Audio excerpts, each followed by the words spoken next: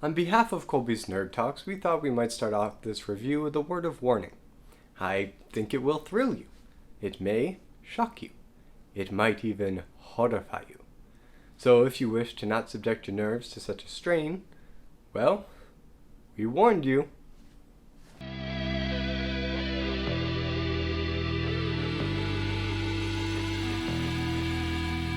Frankenstein. So Frankenstein came out in 1931, was directed by James Whale, stars Colin Clive and Boris Karloff as the Doctor and the monster respectively, and is the second of this new wave of monster movies coming out of Universal Studios. And following the success of Bela Lugosi's Dracula, Frankenstein has a very similar style. It's got that same kind of old world gothic architecture, which makes sense for Frankenstein. It's supposed to take place in Germany, I think. There's a lot of German influence in this, but part of that could also just be the German expressionist influence coming out at the time that James Whale was a big fan of. And the one thing that is consistently great about all of these old Universal monster movies is the art direction and visual style, setting us in these castles and dungeons and villages where there's no cars, there's just horse-drawn buggies, and people use torches and candles to light the rooms. It's all very gothic and atmospheric and awesome. You don't see many directors today go this hard into a unique visual style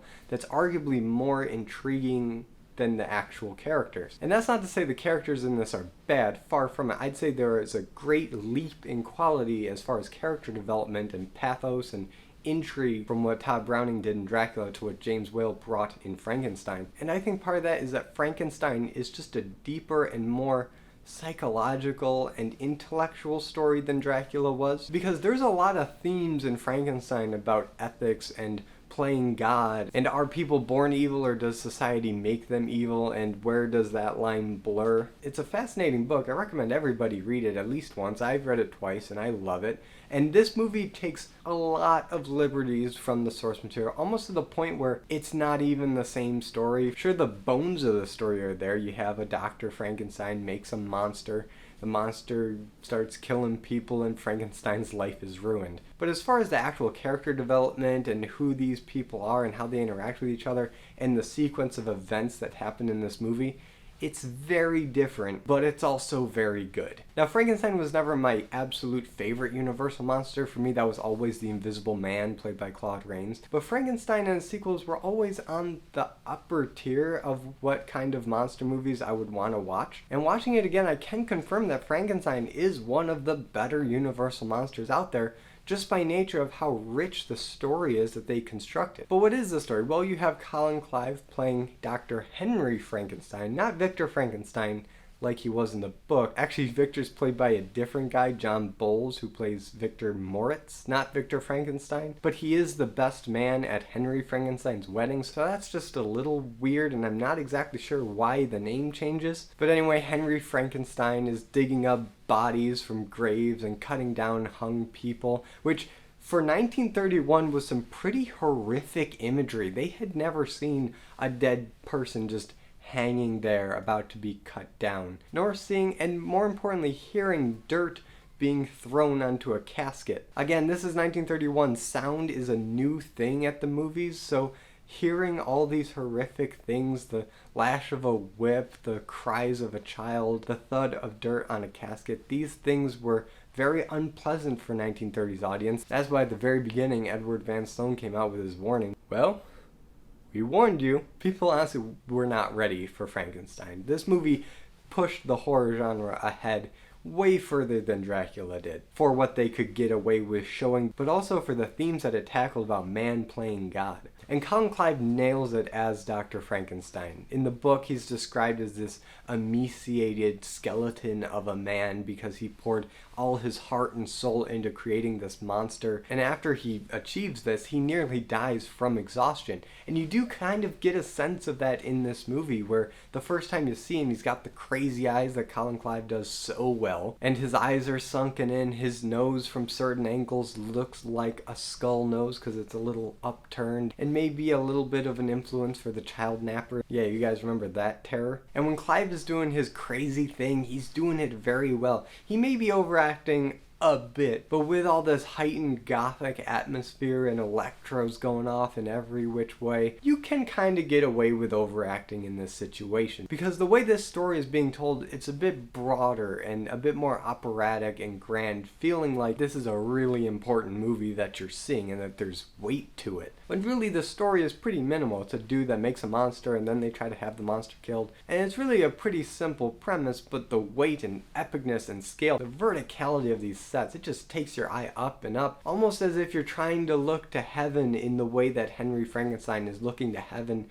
to beat God at his own game. So again, there's a very clear thematic element there. And I may be reading a bit too much into it at this point, but Henry Frankenstein's lab kind of reminds me of the Tower of Babel, in how they're both incredibly vertical structures, and the fact that the leader of this structure is trying to beat God and make a name for himself and has these lofty ambitions that end up coming crumbling down. But I don't know, I think it fits pretty well. In fact, there's a line in the movie right after the creatures awaken, and he gives the classic, "It's alive, it's alive, it's alive!" But right after that, there's a line that got cut from the earliest television broadcasts of the movie, of him saying, "In the name of God, now I know what it feels like to be God." So I guess that was a little too blasphemous for the early days of television, but it does make clear the intentions of James Whale. He wanted to tell this tragic story of a dude that wanted to play God and have reality come crashing back in his face. And while that line may feel a little too on the nose for today's standards, I think it's really important that he says it because it is the thesis for this entire film. And without it, there is something lost. And it's also consistent with the more theatrical, operatic style of this movie. So I get that fast. And Frankenstein doesn't do this on his own. He had help with someone who wasn't in the book, Fritz, played by Dwight Frye, who you may remember from my Dracula review, saying that he was the best Renfield ever. He also nails it as Fritz. For some reason, Dwight Frye can just get these hunched over, evil, crazy people. And just like Renfield, he does a really good job here. And it's a shame that everybody associates Frankenstein's hunchbacked assistant as being Igor, even though Igor is a separate character that comes in the third Frankenstein movie. It's Fritz, and it always made me so upset whenever they'd remake Frankenstein and call him Igor, because it's not Igor, it's Fritz. And if you want to be really strict, he shouldn't even have an assistant, because he didn't have an assistant in the book. But if you're gonna give him an assistant, it's Fritz. But now let's talk about the real star of this movie, and it is Boris Karloff as the monster. Not Frankenstein, the monster. Frankenstein was the doctor. I'm sure everybody knows it at this point, but I just want to be thorough. And Boris Karloff is just perfect as the monster. What can I say about Boris Karloff's performance that hasn't been said a million times? The dude looks like a walking corpse. The makeup job done by Jack Pierce to give him the flat head and the bolts in the neck and the big eyebrow is iconic. It's the look that everybody associates with Frankenstein's monster, just like how Bela Lugosi is the quintessential Dracula. Boris Karloff is the quintessential Frankenstein monster. There's no denying that, there's no going back. This is how he looks now and will look forever, even though that's not at all what he looks like in the book, but this is what he looks like now, and I'm happy with it. I don't know about you, but this makeup job is incredible. There's a reason why it stands the test of time as just potent iconography, because it's just so good and surprisingly minimal considering what they had to do to get Boris Karloff looking like a corpse. But this minimal design allows Boris Karloff to really emote through the makeup, and I can't believe it looks this good 90 years later. If you've watched a lot of older horror movies, you know that a lot of times the makeup effects used were pretty crude and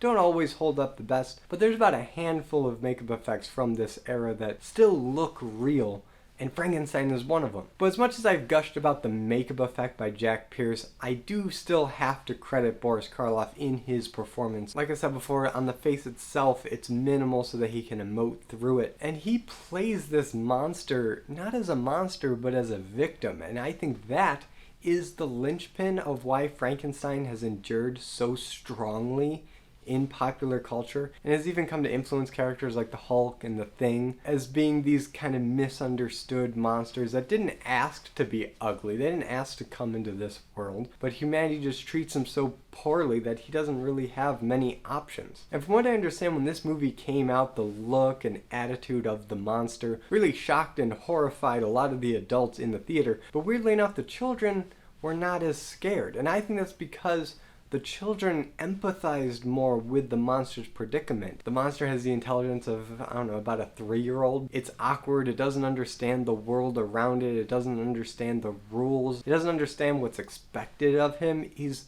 kept in the dark for a lot of the movie, and then when he's released, he doesn't know what's going on. He throws a young girl in the pond because he thinks it's all part of a game, but he doesn't understand mortality. And honestly, that scene is one of the most hilarious scenes in the movie. It's sad, yeah, because the girl does die.